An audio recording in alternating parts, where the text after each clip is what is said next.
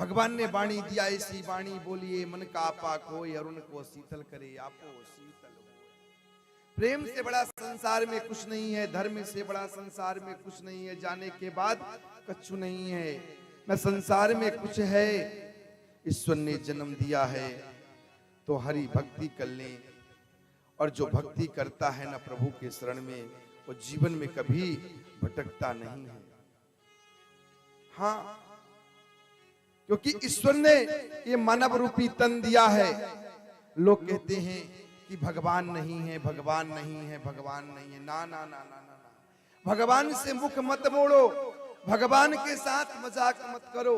नहीं पता है कई वर्षों तक भगवान भक्त को नहीं मिलते हैं। जब समय निकल जाता है ना, तो फिर पछताने के सिवा संसार में कुछ नहीं है। एक ऐसी भक्त थी, ऐसी एक सखी थी, बड़ी सुंदर कथा है। इस कथा को आप श्रवण करेंगे। एक सखी थी, उसका नाम था माधवी। क्या नाम था मैया? माधवी। पूर्व जन्म में कौन बनी? बोलो मां। पूर्व जन्म में कौन थी? मीराबाई। तो माधवी जो थी पूर्व जन्म थी, और कलयुग में कौन थी? मीरा थी। और मीरा कलयुग में जन्म ली। वो श्री भगवान की पूजा करती। संतों ने सुंदर सा लड्डू गोपाल दिया, वो इतना मग्न रहती, राधे राधे कृष्णा कृष्णा कृष्णा कृष्णा कृष्णा। हे प्रभु, तुम कब मुझे दर्शन दोगे? कब आपका मुझे दर्शन प्राप्त होगा? कब मेरा जीवन सफल होगा? लेकिन द्वापर युग में क्या नाम था? माधवी, सुशीला, निर्मला। तो माधवी से गलती हो गई। देखिए कितनी बड़ी भूल है हमारे जीवन में।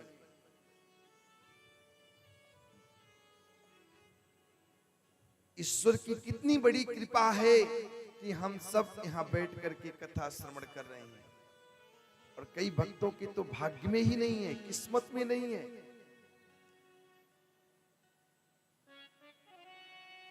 जिस भक्त के भाग्य में है उसी को तो भगवान प्राप्त होगा। घर के अंदर हम बैठे हैं, अरे चलेंगे लास्ट में, अंत में प्रसाद मिलेगा, ठीक है, राधे राधे। तो भगवान भी कहते जैसे तुम मुझे पुकारते हो उसी प्रकार मैं भी आपके पास आता हूं। अरे आपके घर में आए हैं, आपके द्वार पे आए हैं।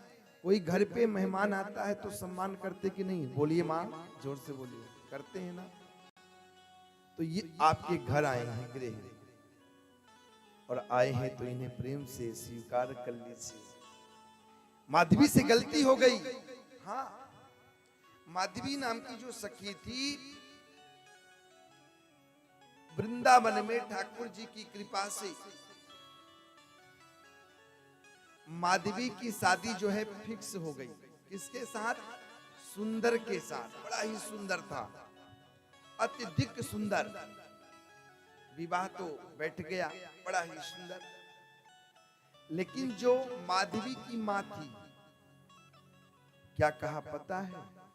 अरे माधवी, वृंदावन धाम में एक छलिया रहता है। कौन रहता है? एक छलिया रहता है, छलता है, खेलता है। हाँ, उसे जो एक बार देख लेना तो ये समझ लो कि नजर नहीं हटती है। हाँ, उसे एक बार कोई देख लेना तो उसकी नजर नहीं हटती।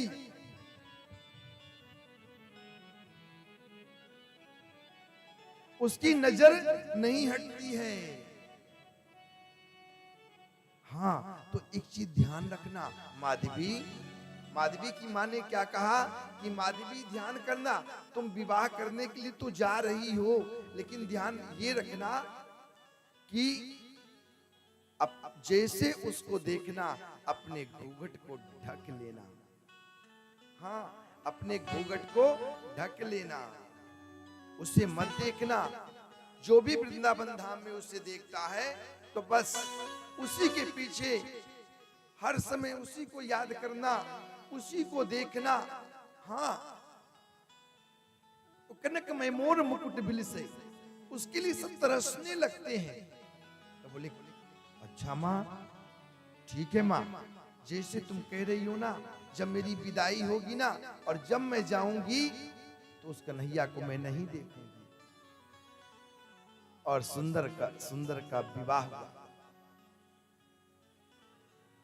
सुंदर का जब विवाह हुआ तो जब सुंदर पालकी में लेके चल पड़ा।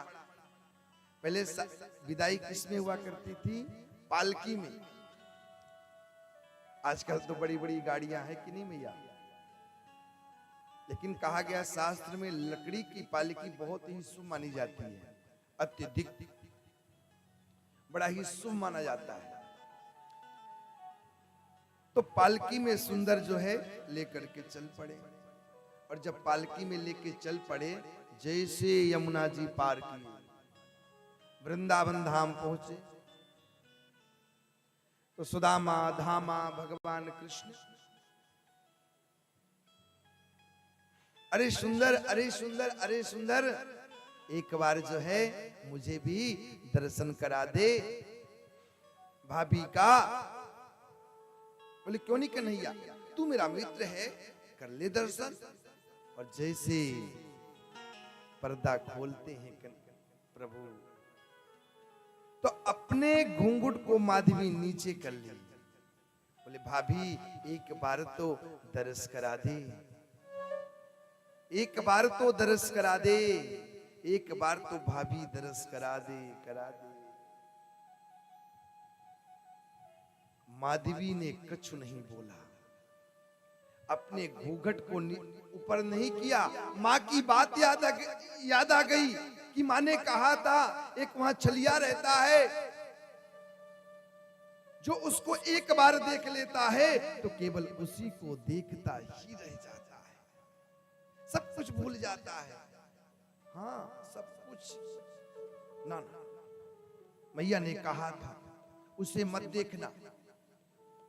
ठीक है माधवी, भाभी आज तू मुझे दर्शन नहीं करा रही है, आज तू मुझे दर्शन नहीं करा रही है तो सदैव जीवन तक तू भटकती रह जाएगी। हाँ, आज आपके घर में भगवान आए हैं ना, और भगवान के शरण में आपको भगवत व्रत रूपी कथा प्राप्त नहीं हो रही है, तो ये आप समझ लीजिए कि हमारा जीवन व्यर्थ है। जन्म लेना भी सनातन धर्म में व्यर्थ है।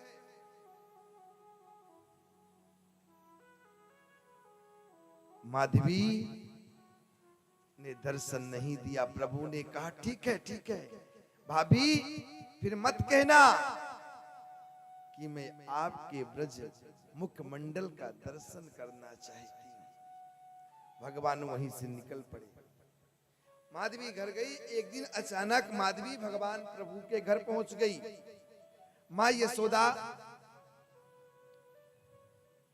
जल का पान कराई, और जब भगवान आए तो माधवी को देख लिए, तो भगवान क्या किए, माधवी तरफ नहीं मुड़े, दूसरे रास्ते से मुड़ गए।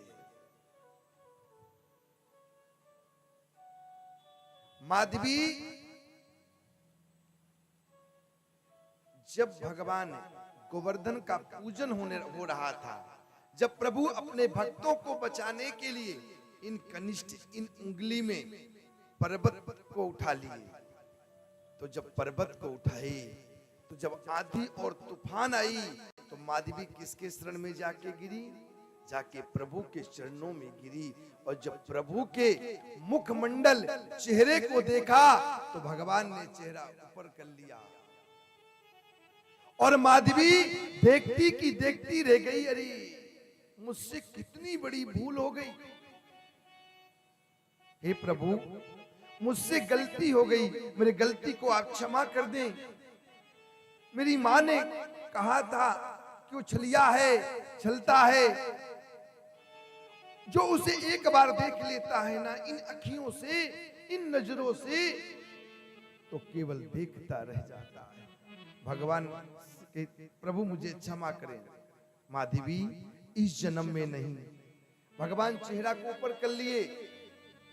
कहते हैं जब भगवान आते हैं हमारे द्वार और हम अपने मन को अहंकार रूपी चोला पहन लेते हैं ना, अपने मन से, अपने हृदय से अहंकार निकाल कर फेंकिए और अपने मन को निर्मल करके प्रभु के शरण में अपने आप को समर्पण कर दीजिए।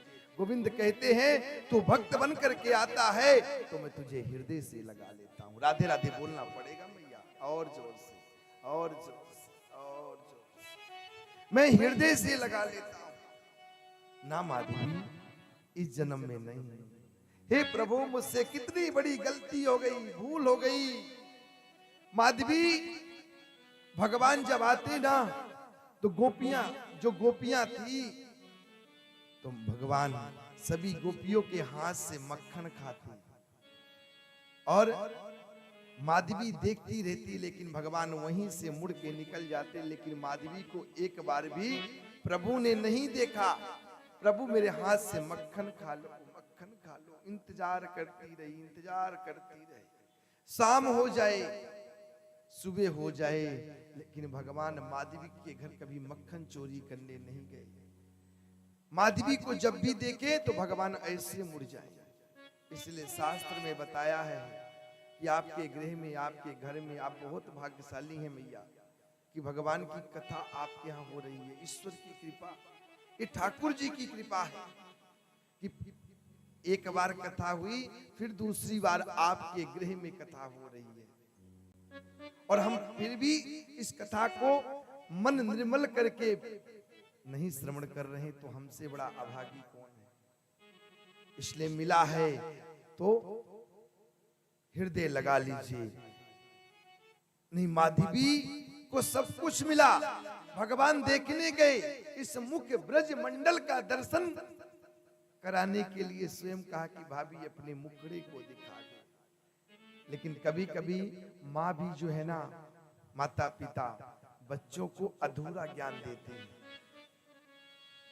हम गलत करेंगे तो बच्चे भी गलत करेंगे। आप बच्चे को आप कहेंगे ना तो बच्चा भी बड़ा हो करके आपका आप कहेगा, और बच्चे को आप रे बोलेंगे ना तो बच्चा क्या करेगा, वो भी तो रे बोलेगा। बच्चे को ऐसा संस्कार दीजिए कि बच्चा लायक बने, माता पिता की आज्ञा माने, क्योंकि अंत में वो बच्चा ऐसा गलती ना करे कि माता पिता को ले जाके हरिद्वार रख दे। क्यों भैया, जोर से बोलिए राधे राधे, और जोर से, और जोर से। कहते बड़ों का संस्कार होना चाहिए, तभी तो छोटे सम्मान करेंगे। जब छोटे का सम्मान करेंगे तो बड़े अवश्य सम्मान। कहते हैं कि बड़े छोटे का सम्मान करेंगे तो छोटे जो है अवश्य बड़ों का सम्मान करेंगे। ये मेरी हमारा शास्त्र बोलता है। ये भगवत रूपी ये जो व्रत है, जो ये 7 दिन का संकल्प है, शास्त्र में बताया है कि 7 दिन तक लगातार अन्न का भी ग्रहण नहीं करना चाहिए। हो सके तो भगवत कथा में बैठ करके व्रत रखना चाहिए और तब जाकर कथा सुननी चाहिए। ठीक है, आप व्रत नहीं रख सकते हैं, दवाई लेते हैं, तो आप फलाहार कीजिए, आप भोजन का ग्रहण कीजिए, लेकिन कोशिश करना चाहिए व्रत रख करके भगवान की कथा सुने। क्योंकि भगवान की कथा हम जितना प्रेम से, भाव से सुनेंगे तो हमारे जो जीवन में कष्ट है ना, भगवान सारे कष्ट को दूर कर देते हैं। ये जो मीरा, जो कलयुग में मीरा के रूप में जन्म ली थी, वही माधवी के घर के गृह के द्वार से भगवान चले जाते, लेकिन माधवी इंतजार करती रह गई, लेकिन भगवान उस घर में कभी नहीं आए। और अंत में बोले माधवी इस जन्म में नहीं, मैं तुझे कलयुग में दर्शन दूंगा। और देखिए कलयुग में मीरा भगवान के नाम का जप करती रही, भगवान स्वयं दर्शन दिए और भगवान के मुख में प्रवेश करके एक दिव्य ज्योति ब्रजमंडल में समा गई।